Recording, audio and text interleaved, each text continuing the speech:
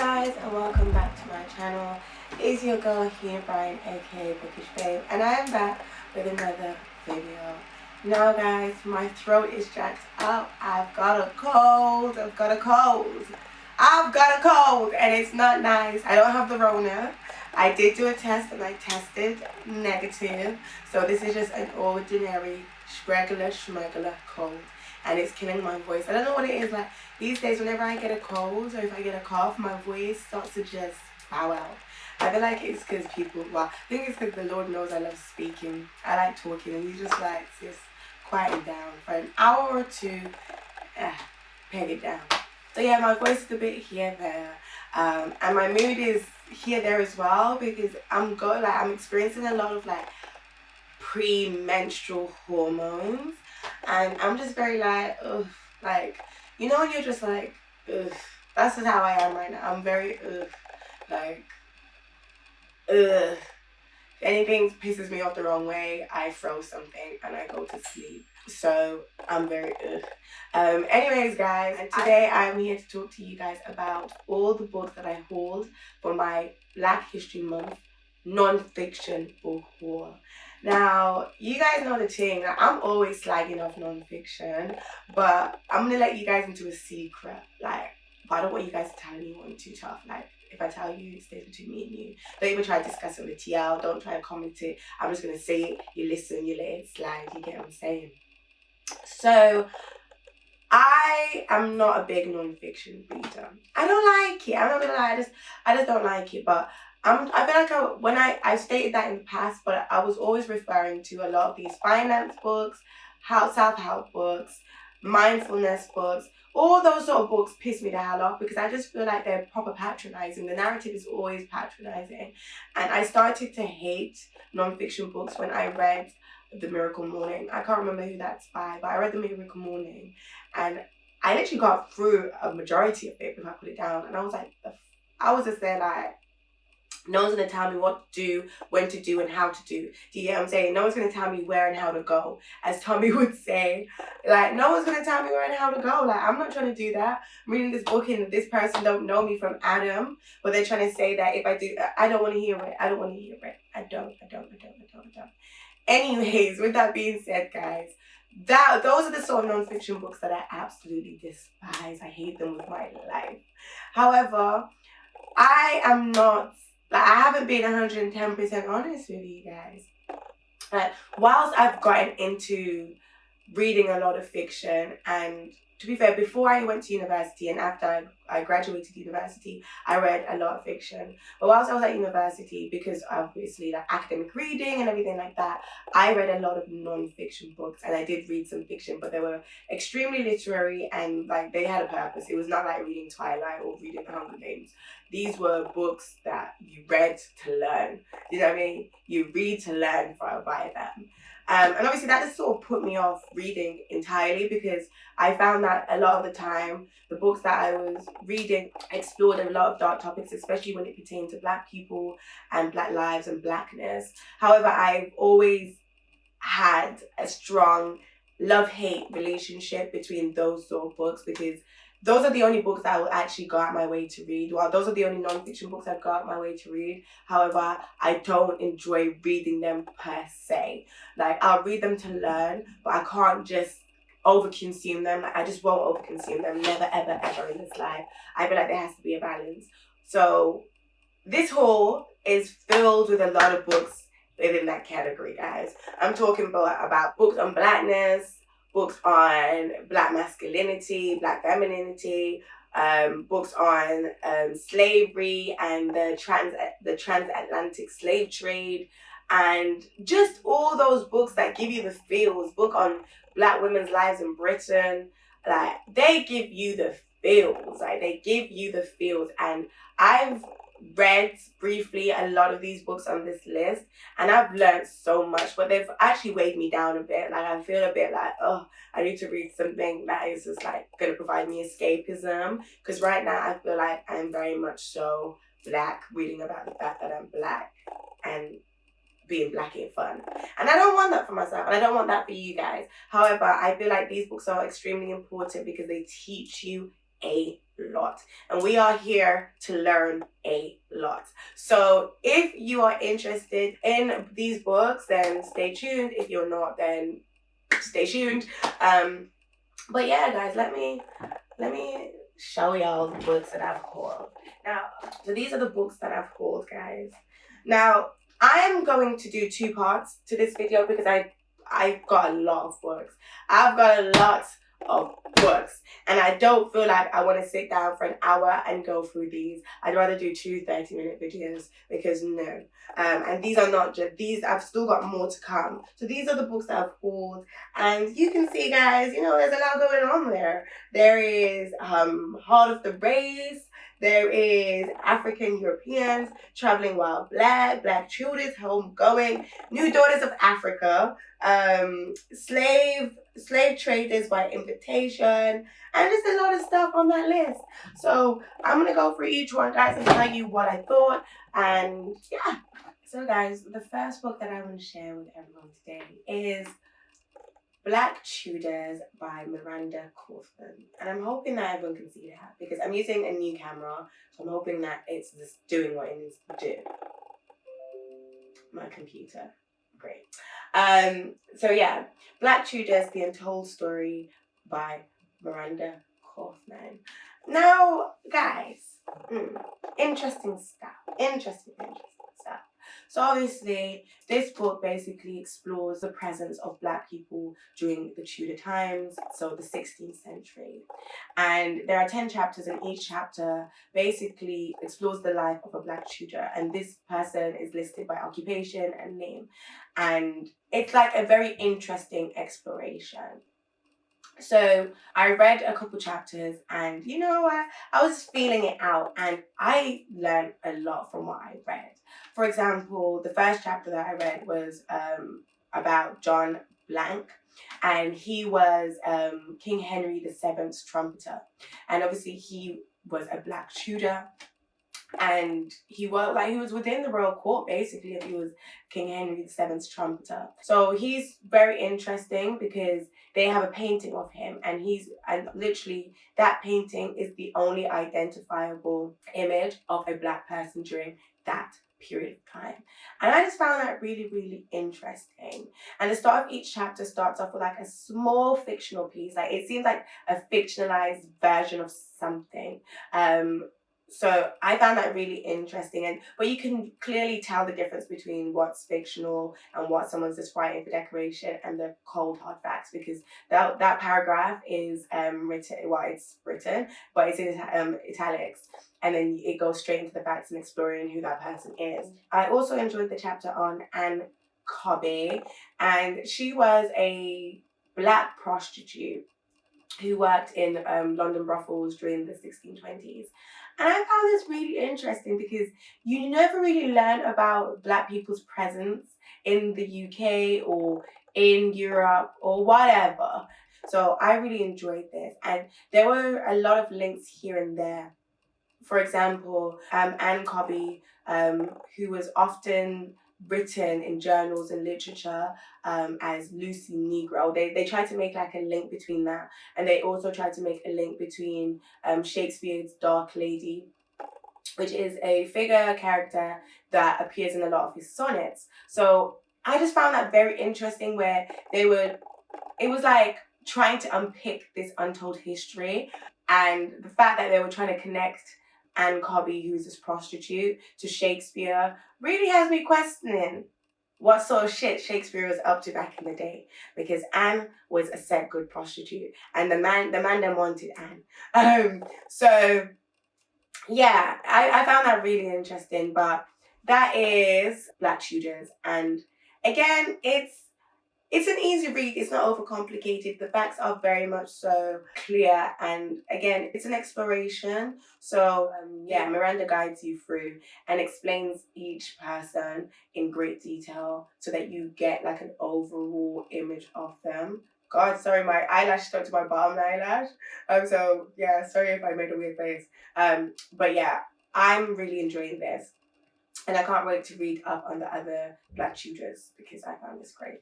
Yeah, that's the first one. Okay, so guys, the next book I want to share with you guys today is this great book called Heart of the Rays, Black Women's Lives in Britain. And this is by Beverly Bryan, it is by Stella Dadzi, and it's also by Susan Scaife. And I'm hoping that I'm pronouncing Susan's last name correctly. And guys, this one's amazing because I spent all of last night up reading this. And I don't know, when I decided to get this book, I don't know what I expected, but I didn't expect so much heat. I did not expect so much heat. I was on fire reading this book. I was clicking my fingers reading this book because I was like, wow. Y'all didn't come to play. Beverly, Stella, and Susan came to say this is the real life that Black women have been living in this Britain here. And I've been loving it. So, so as the title suggests, this book basically explores the experiences of Black women and their lives in the UK, Britain. And there are a lot of things explored, but the 2 chapters that I've read thus far, I've loved. So I read the chapter Labour Pains, which was basically about Black women and work. And one thing that I adored about this book is that it takes you all the way back to slavery and speaks to you about Black women and their position during slavery, what our positions were on the field as well as in the house. And I found that fantastic. And then it sort of modernizes as you read. So it comes into, I wouldn't say present day, but it comes up until like the 1980s, where Black women are coming over from the Caribbean in particular to work in the UK, especially as nurses. And there was a specific part in the chapter Labour Pains where it basically spoke about Black women who came to the UK to work as nurses and to basically like heal the nation and to basically heal people. And the one thing I absolutely loved about this part of the book is that it was very, very plain. It literally said that Black women, whilst we are like a huge part of the NHS, and whilst we've dedicated a lot of our lives and a lot of our time to making sure the NHS functions, we are not benefited by this public sector in society. Like our bodies, our minds, our health is genuinely overlooked. And that made me really sad because I was just there thinking like, shit, like we've come to the UK, we're facing racism as well whilst we're trying to work, and even though we're doing this and we're basically nursing people back to health, our health is overlooked and we're not granted the same grace, even though it is a public sector. And I was just like, wow. When I read that, I was like, wow. Like, I always knew this, but I was like, wow. And then I also read a chapter about Black women in education. And the thing about this chapter is that whilst it kind of outlines the isolated struggles of Black women within education, it was very, very clear that they couldn't explore Black women in education without exploring the Black community and education as a whole. So this chapter explores or spoke about Black women's struggle with sexism and racism within like the school system and how that has often limited our career pools as well as our ability to progress within higher education and as well as attain certain jobs. But then it goes in to speak about how the UK has failed a lot of Black people when it comes to education. And there was a specific part that I absolutely loved that I click-clapped. I was just like, I was clicking-clacking. Because when that chapter, I was just there like, wow, like, y'all didn't come into play. So the chapter is called Learning to Resist Black Women in Education. And there's a part that reads, the education system success can be measured directly in terms of Black children's failure within it. By institutionalizing the prejudice and the undermining assumptions we face in our everyday lives, the schools have kept our children at the very bottom of the ladder of employability and laid the blame on us. Wow. They did that. They did that. I absolutely loved loved that chapter because again, it was very frank. It was very much so, y'all trying to hold us back. We're trying to get somewhere, but y'all trying to hold us back. And as a Black person, especially a Black person of Caribbean descent, I feel deeply about stuff like this simply because whilst a lot, like during the Windrush period, a lot of Black Caribbeans came to the UK to help further the economy and help rebuild a post-war Britain. And after we were able to do that successfully, we were cast aside and basically just ignored, and we weren't paid any attention when it came to our success. So it felt like a regression in a it felt like a regression, or it feels like a regression within a society and a country that we came to progress in. And obviously, I went to university, like I am university educated, and then one day I hope to go back and do a master's. And depending on where life takes me, I might want to do a PhD. This depends how rich I am by 30. So yeah, but when I was at university, there was a lot of talk about, Jamaicans or Caribbean people not going to university. Well, I wholeheartedly believe it's a fact that our reason for coming to the UK during the Windrush was to fill public sector jobs. And then we paved the way for other Black people, specifically Black people from Africa, to come over and to take other jobs and to now go into higher education. And we've just been held back a bit. So that chapter really, really upsets me because it wasn't nice going to university and people saying, not a lot of Jamaicans go to university, because it's true. However, it's not because education isn't important to us. So I really, really, really, really, really, really, really, really, I highly recommend this book. This is a life-changing book. Beverly Bryan especially, sis. So yeah, that's the second one, guys. I love this. I love it. So guys, the next book I want to share with you guys today is African Europeans, An Untold History by Olivet Attal. And okay, first of all, this is another proof copy. This book is not published until the 29th of October this year. But I can only imagine what this book's gonna look like when it's, it's full form paperback or full form hardback. I really love this cover, and it's a proof. Like I don't tend to get on with proofs because I love finished hard copies, but I do enjoy this one quite a lot. Now Olivet. Now I don't know if you guys recall when there was like this huge fuss.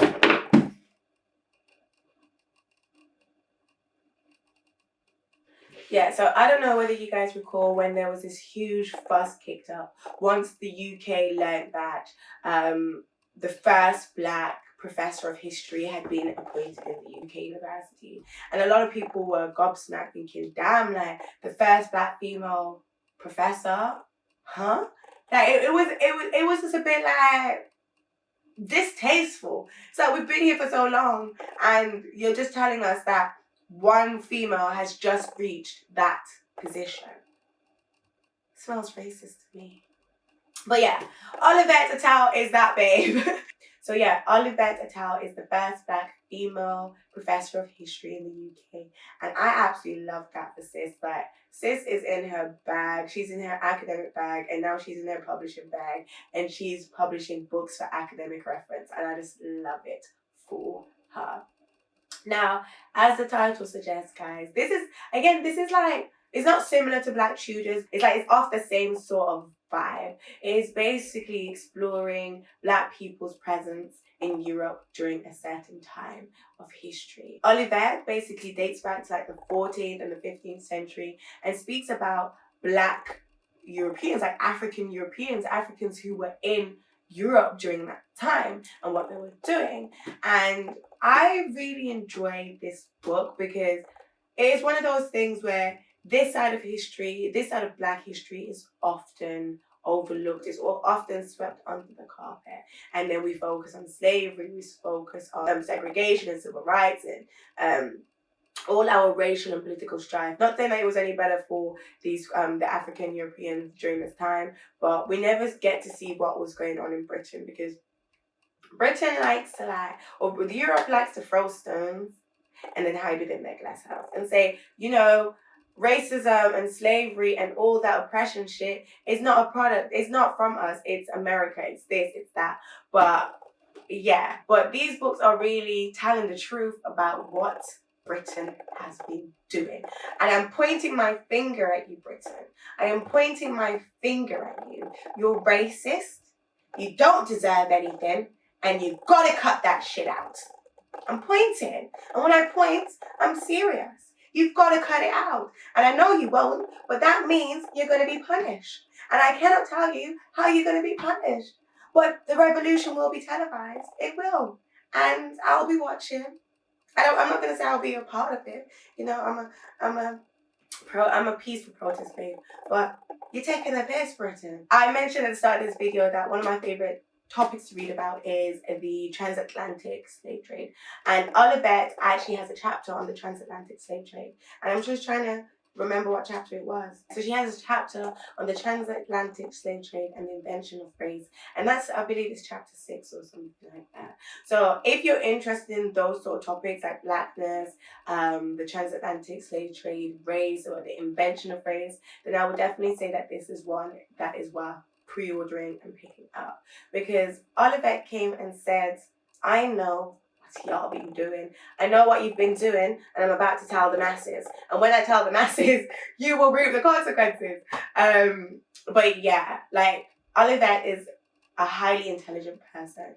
The writing is great, and it is extremely informative. And I just love history books. I love learning about stuff. So I am here for this. I feel like I had one more thing, and I it's completely slipped my mind.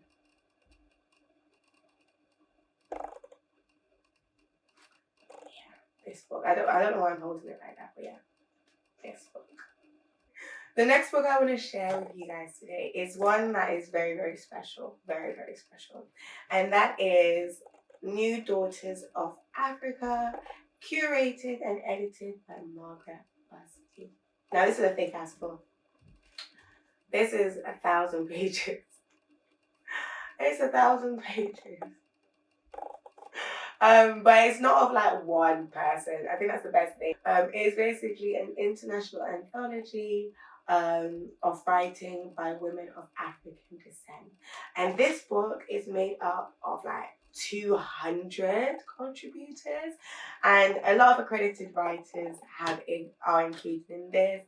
People like Chimamanda, Mallory Blackman, Beverly Bryan, and that's just to name a few.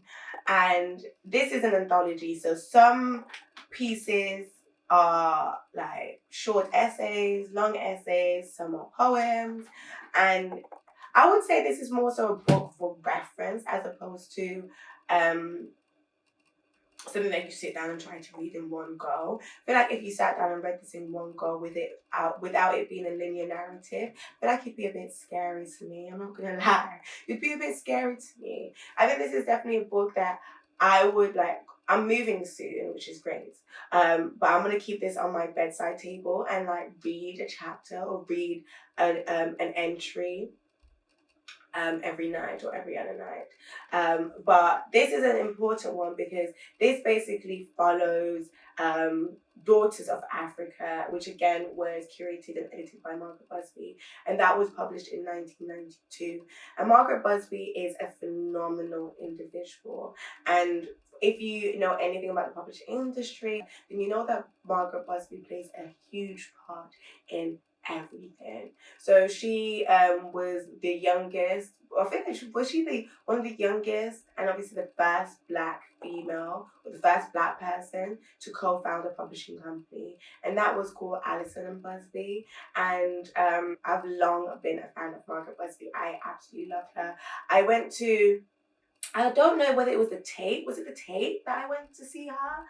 I believe it was the Tate last year, in 2019. I went with a friend when this book was actually publishing, and I saw a lot of the contributors read their pieces aloud as well. And of course, I saw Margaret Busby, and she spoke about the journey of putting this book together. And Margaret Busby, she's just good vibes. Like the CEO of the company I work for now, worked for Margaret Busby first, and Margaret, Guys, this anthology is one to have. You have this anthology for reference. You have it to read slowly, bit by bit, part by part, and then you pass it down to your children. And you do that before they come out with a new Daughters of Africa, because that's when it gets peaked and you have to catch up on 3 of these big ass books.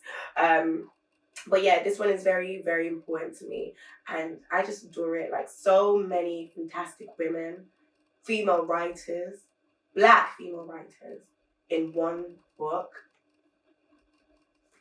You can't make that shit up. No. So, the next book I want to share with you guys is Homecoming: Voices of the Windrush Generation by Colin Grant.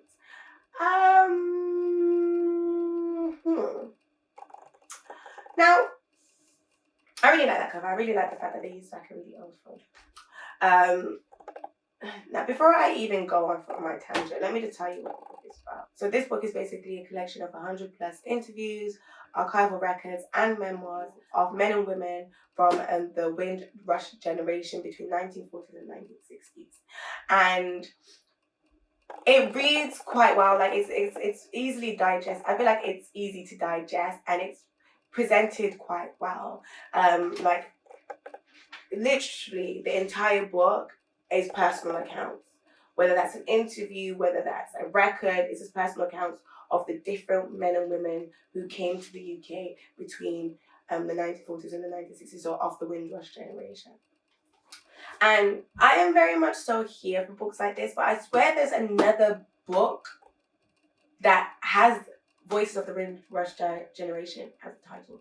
I can't remember. I think it's called Voices of the Windrush. I think it's called Voices of the Windrush Generation. I swear, like I have it here somewhere. Let me look. I knew it, and I swear, by David Matthews. I knew it. Voices of the Windrush Generation. It's a whole different book by David Matthews. I spoke about it some time ago. So yeah, the book is laid out in a way that is easy to digest, and it's literally like for archival purposes. I wouldn't say that you sit down and you read this book from beginning to end in one sitting, or even just over a course of like 2-3 days. It's definitely something that you pick up every now and then and you read about someone else's experience. But one thing that really upsets me about reading books that basically explore the Windrush generation is that when I think about what happened then, and how moving to the UK was romanticized and sold to Caribbean people in particular, it really upsets me when it comes to the Windrush generation's position within the UK currently. You know, it's always in the news. Every day someone's being deported, or records are being shredded. And it's all this sort of like unfair, like this unfair and unjust treatment of people that were basically invited to the UK to boom the economy, to rebuild a post-war country. And then again, we were cast aside and said, yeah, well, you've done what you needed to do. We no longer care about you. And that really upsets me. And I feel like this, for me, is like, it's the non-fiction version of The Lonely Londoners by Sam Selvin. If you want to read something about the Windrush generation that is easier to digest and that won't piss you off, I would definitely recommend Lonely Londoners. I spoke about it in my very first YouTube video, and I will put like a little clip of me doing what I do, which is talk about that book. But there's something that just doesn't sit well with me about these sort of books, because it's just like, how many The Voices of the Windrush Generation books are we going to publish before you recognize, or before the UK recognizes that they are being dealt with unfairly? And now we're left with generations of Black people who are struggling with identity, with citizenship, and with belonging. And it's all because we were invited to a country that was romanticized to us, that was seen as like a motherland. And I think Homecoming is a bit of a rude title, but I'm not bashing the publisher. I just feel like it's the context of everything that pisses me off about this book. But yeah, it's like romanticized. We were invited here. We were told that we were going to have all these different job opportunities and prospects. We get here, they use us. They basically drain us of our resources, and they're just like, no. So it really upsets me because whenever I think about this and whenever I read books like this, I again I start thinking about the attainment gap. I start thinking about Black Caribbean people within the public sectors and how they find it difficult to reach certain heights within a society that they helped build. So it upsets me. But if you want to learn more about the Windrush generation and you want personal accounts from real life people, then I would definitely read this book. Yeah. So the next book that I want to share with you guys today is a book that I'm very, very, very, very excited about because I saw this on Amazon and I added it to my basket straight away because this is right up my street. This is giving me the feels. This is giving me, Hena, it's raining outside. You're in your flat on your own. You're drinking some tea, preferably chamomile because you're not sick, so you don't have to drink lemon and ginger. You're drinking chamomile for the feels, for the aura. And you're just reading and taking in life. And I mentioned at the start of this video that I am big on learning about Blackness and what Blackness is and what Blackness is to all people, the writers, and how Blackness is depicted and everything like that.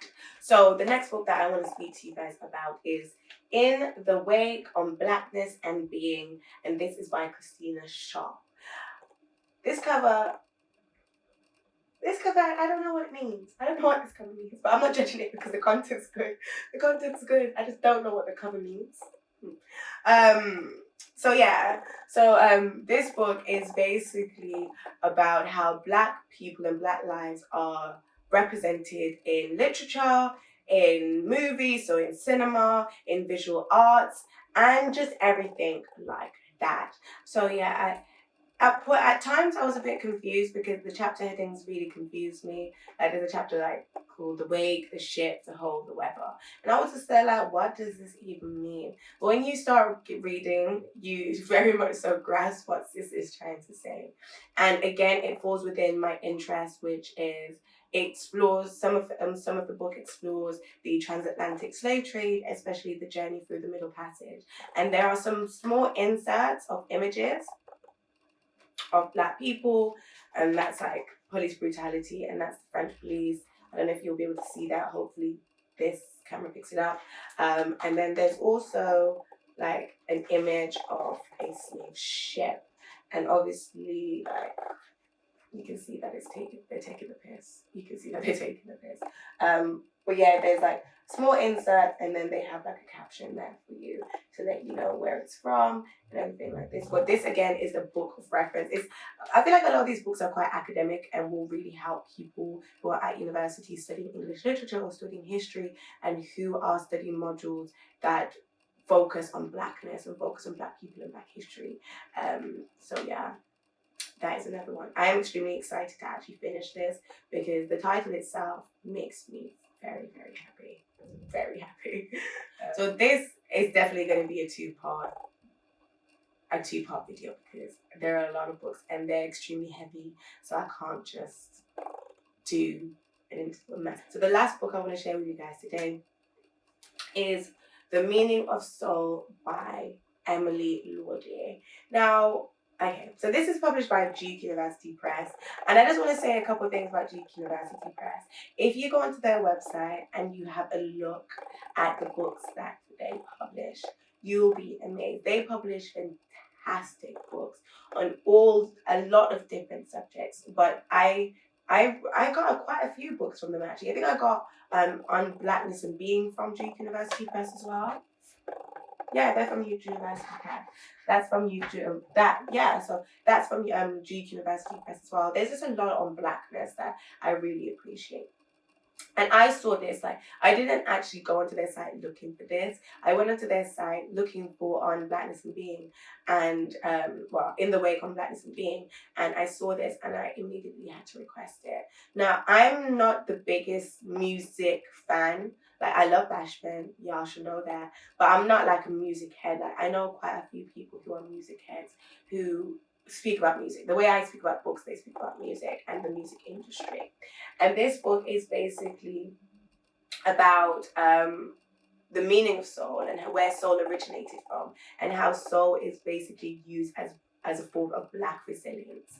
And I think this is extremely interesting because, again, like everything, all the books that I've shared today have all sort of fit together in some way.